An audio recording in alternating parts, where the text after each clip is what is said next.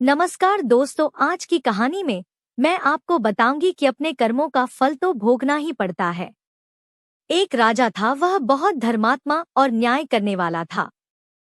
उसने ठाकुर जी का मंदिर बनवाया और एक ब्राह्मण को उसका पुजारी बना दिया। वह ब्राह्मण बहुत ही अच्छा और धर्मात्मा था।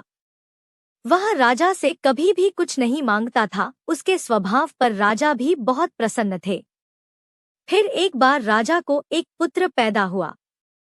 राजा ने उसे पढ़ा लिखा कर बहुत विद्वान बनाया और उसकी शादी एक सुंदर राजकन्या से करा दी। शादी की रात को राजकन्या को नींद नहीं आई और वह इधर-उधर घूमने लगी। फिर उसकी नज़र हीरे जवाहरात से जड़ी एक तलवार पर पड़ी। उसने उस तलवार को म्यान से बाहर निकाला तो वह तलवार बिजली के समान चमकने लगी। यह देखकर वह डर गई और डर के मारे वह तलवार उसके हाथ से छूटकर राजकुमार की गर्दन पर जा गिरी और राजकुमार का सर कट गया और वह मर गया। वह राजकन्या अपने पति के मरने से बहुत दुखी हुई और वह यह सोचकर बहुत डर गई थी कि अगर मैं सबको सच बताऊंगी तो कोई भी मेरी बात पर विश्वास नहीं करेगा। सुबह होते ही राजकन्या विलाप करने लगी और कहने लगी कि मेरे पति को कोई मार गया। लोग इकट्ठा हो गए और राजा भी आ गया। राजा ने आकर पूछा किसने मारा है। वह कहने लगी मैं नहीं जानती वह कौन था, परंतु उसे मैंने ठाकुर जी के मंदिर में जाते हुए देखा है। राजा समेत सभी लोग ठाकुर जी के मंदिर में गए तो उन्होंने ब्राह्मण को वहां पूजा करते हुए देखा। सभी ने उसे पकड़ लिया। ब्राह्मण ने बहुत कहा कि मैंने राजकुमार को नहीं मारा, पर किसी ने उसकी बात नहीं मानी। राजा ने सोचा कि ब्राह्मण निर्दोष हो सकता है, लेकिन सभी के कहने पर राजा ने ब्राह्मण से कहा कि मैं तुम्हें प्राणदंड तो नहीं दे सकता, लेकिन जिस हाथ से तुमने मेरे पुत्र को तलवार से मारा है उस हाथ को काटने का आदेश देता हूँ। ऐसा कहकर राजा ने उसका हाथ कटवा दिया और इस पर ब्राह्मण बहुत दुखी हुआ और राजा को अधर्मी मानकर उसका राज्य छोड़कर चला गया। उससे फिर बहुत खोज की कि कोई विद्वान ज्योतिषी मिले तो मैं अपने बिना किसी अपराध हाथ कटने का कारण उनसे पूछूं। फिर उसे काशी में एक विद्वान ज्योतिषी मिले। वह ज्योतिष से मिलने उनके घर गया तो वह ज्योतिष वहां नहीं थे। उनकी पत्नी उनकी आलोचना कर रही थी और उन्हें बहुत भला बुरा कह रही थी। थोड़ी देर में वह ज्योतिषी घर आ गए। उनके घर आने के बाद भी उनकी पत्नी उनका तिरस्कार कर रही थी, पर ज्योतिष चुप रहे और उन्होंने अपनी स्त्री से कुछ भी नहीं कहा।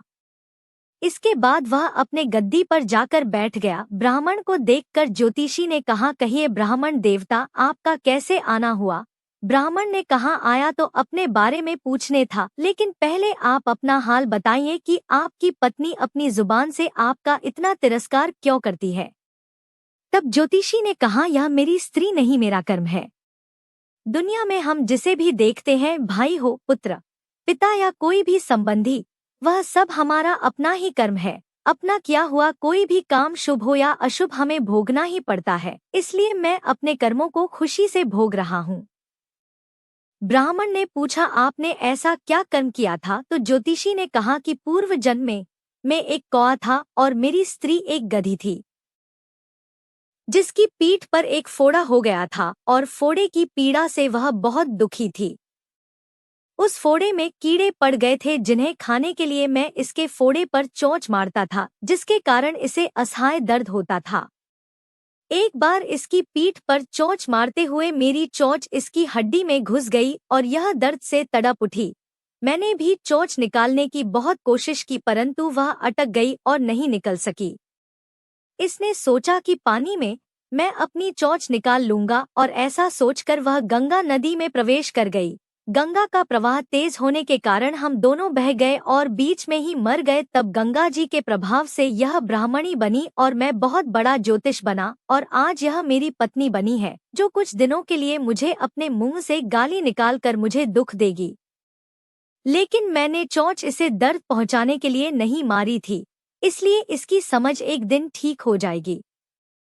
अपने पूर्व कर्मों का फल समझकर मैं इसे सहन कर रहा हूँ। अब आप कहो कि आप यहाँ किस लिए आए हो? ब्राह्मण ने अपना सारा समाचार सुनाया और पूछा, अधर्मी राजा ने मेरा हाथ क्यों काटा?